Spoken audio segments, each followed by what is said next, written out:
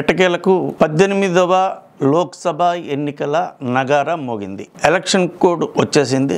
7 దశల్లో ఏప్రిల్ 19 నుండి జూన్ 1వ తారీఖు వరకు కూడా 7 దశల్లో ఎన్నికలు నిర్వహించేటటువంటి విధంగా షెడ్యూల్ కూడా ప్రకటించడం జరిగింది. ఈ షెడ్యూల్ ప్రకారంగా చూసుకుంటే మనకి ఆంధ్రప్రదేశ్, తెలంగాణ ఈ రెండు కూడా మే 13న ఎన్నికలు నిర్వహించేటటువంటి విధంగా ఈ షెడ్యూల్ అయితే ఇవ్వడం జరిగింది.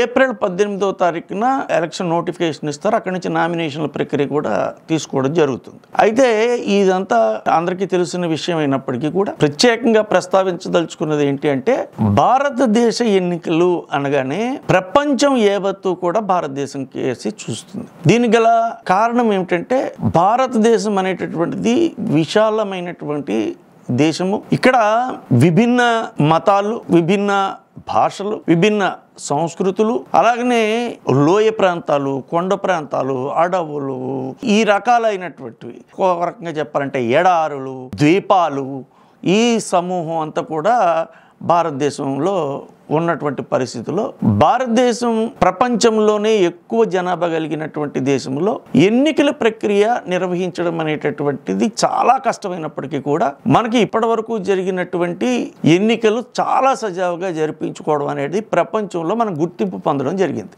మనం భారతదేశంలో ప్రత్యేకత ఏమిటి అంటే, ఇక్కడ పవర్ ట్రాన్స్ఫర్ అనేది చాలా సునాయాసంగా జరిగిపోతుంది. అభివృద్ధి చెందిన అమెరికాలో సైతము ఇప్పటికీ కూడా ట్రంప్ ఇంకా నేను ఓడిపోలేదు, ఇది కేవలం ఎన్నికల్లో జరిగిన మోసం అని చెబుతున్నటువంటి సందర్భాన్ని మనం కానీ పరిగణిస్తే, భారతదేశంలో ఎన్నికల్లో ఓటమి చెందిన వెంటనే ఓటమిని అంగీకరిస్తూ పవర్ని ఎవరైతే గెలిచారో వాళ్ళకి ట్రాన్స్ఫర్ చేయడంలో ఎక్కడా కూడా శశిభిషాలకు పోకుండా ఈ పవర్ ట్రాన్స్ఫర్ జరుగుతుంటుంది. అది లోక్సభకి సంబంధించి కానీ లేకపోతే శాసనసభకు కానీ. మనం పక్కనే ఉన్నటువంటి పాకిస్తాన్లో కానీ చూసుకుంటే, ఓటైతే వేసేది ఓటర్లే కానీ ఎవరు గెలవాలి అని నిర్ణయించేది మాత్రం సైన్యం. మరి ఆ లెక్కల్లో చూసుకుంటే భారతదేశంలో సైన్యం తాలూకు పాత్ర అసలు ఏమీ ఉండదు. పూర్తిగా ఇక్కడ ప్రజాస్వామ్యమే నిలబడుతుంది. ప్రజలే నిర్ణయాధికారులు. మన తాలూకు ఈ గొప్పతనం అనేటటువంటిది ప్రపంచం యావత్తు కూడా చాలా గౌరవంగా మనం చూస్తోంది. కాబట్టి భారతదేశంలో జరిగేటటువంటి ఎన్నికల పట్ల ప్రపంచం దృష్టి అంతా కూడా సహజంగానే మన మీద ఉంటుంది.